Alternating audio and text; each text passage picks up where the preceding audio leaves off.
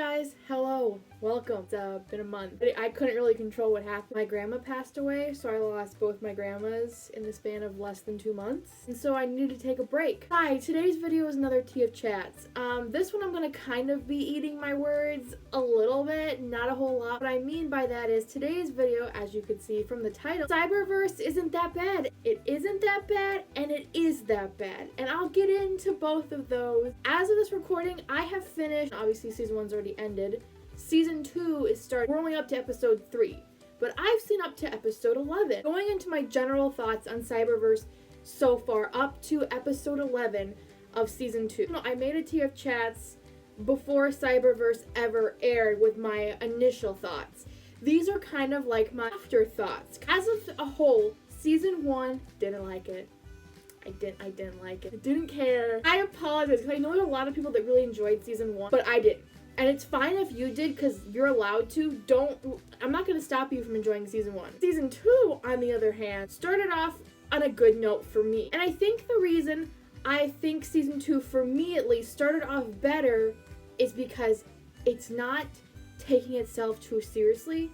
And I think the main reason is because it's not just Bumblebee and Windblade. I think that was my biggest complaint about season 1 was that Bumblebee couldn't talk and he was acting like a child. Yes, Bumblebee can act like a child. He does in Prime, but not to this degree. Not being able to speak, and really the only person speaking being Windblade just drove me fucking crazy.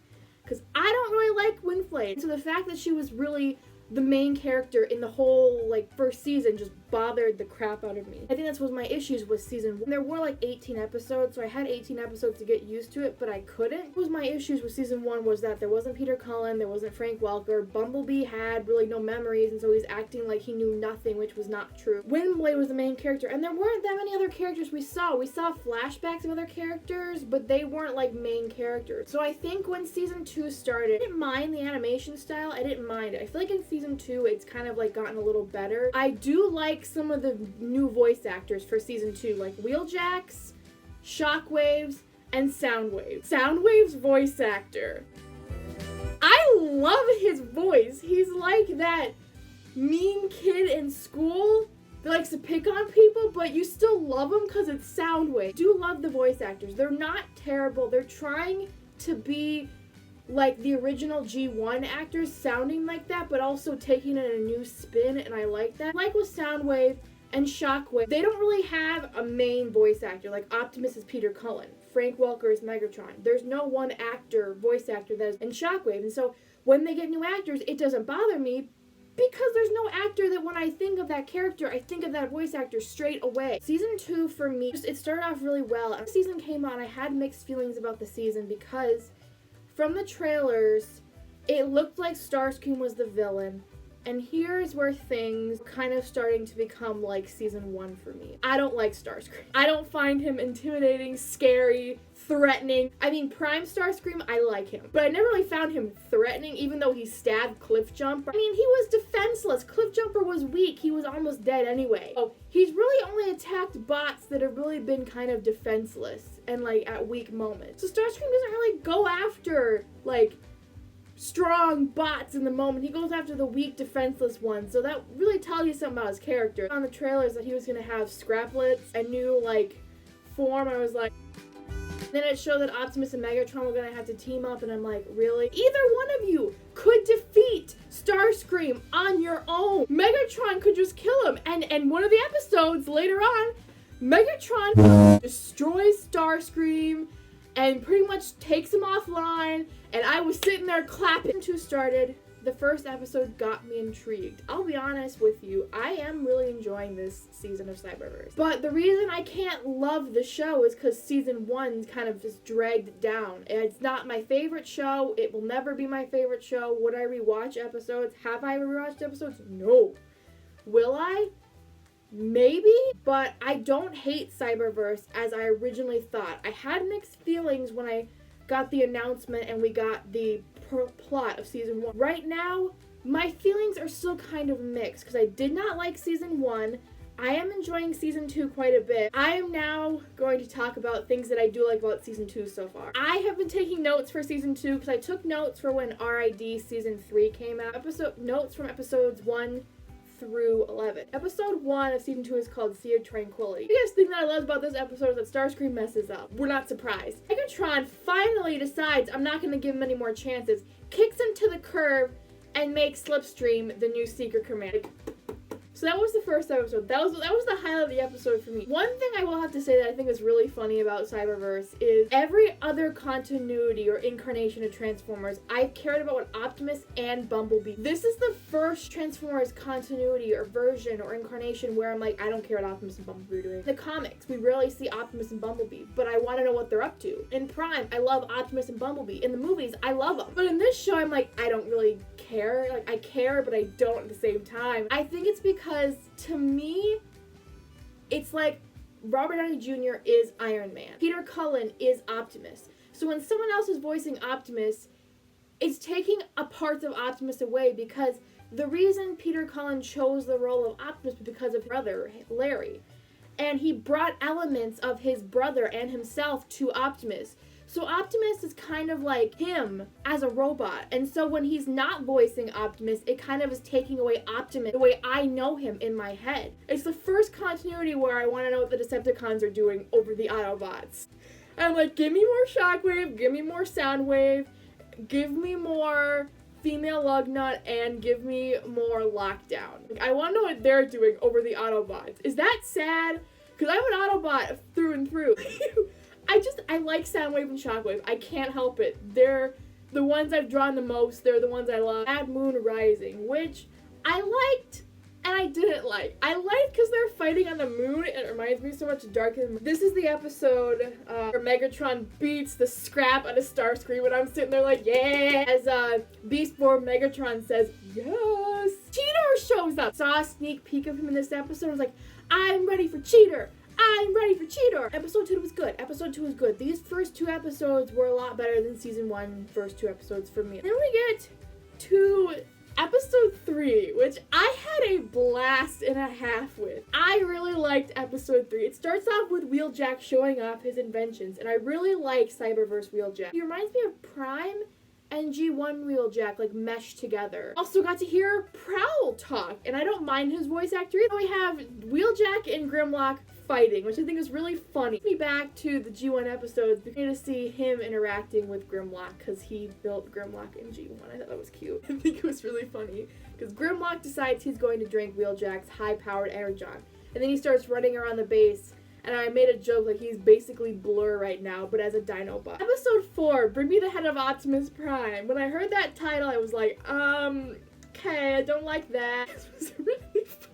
Basically, the gist of this episode is Megatron is having a contest. Not really a contest, but he wants to see which one of the Decepticons can bring the head of Optimus Prime. Basically, an episode of all the Decepticons trying to sabotage each other, and Shockwave and Soundwave are, like, the best. Sabotage each other. So I think Shockwave gets female Lugnut to sabotage Soundwave's ship, and then the Soundwave gets the other one to sabotage Shockwave's ship, and they're just like two like teenagers trying to sabotage each other for a contest, and it's so funny. I love Soundwave. Soundwave just shines in this episode. I love it. I love Soundwave. He's my favorite, I think. Him and Shockwave are my favorite. Episodes 3 and 4 I think were my favorites so far. Episode 5, and it was another Starscream episode, and it was also kind of a boring episode. Basically, it was just an episode to try to sell toys. Cheetor finally transforms. I like his design. Also, I think it's really cute that on his robot form, his tail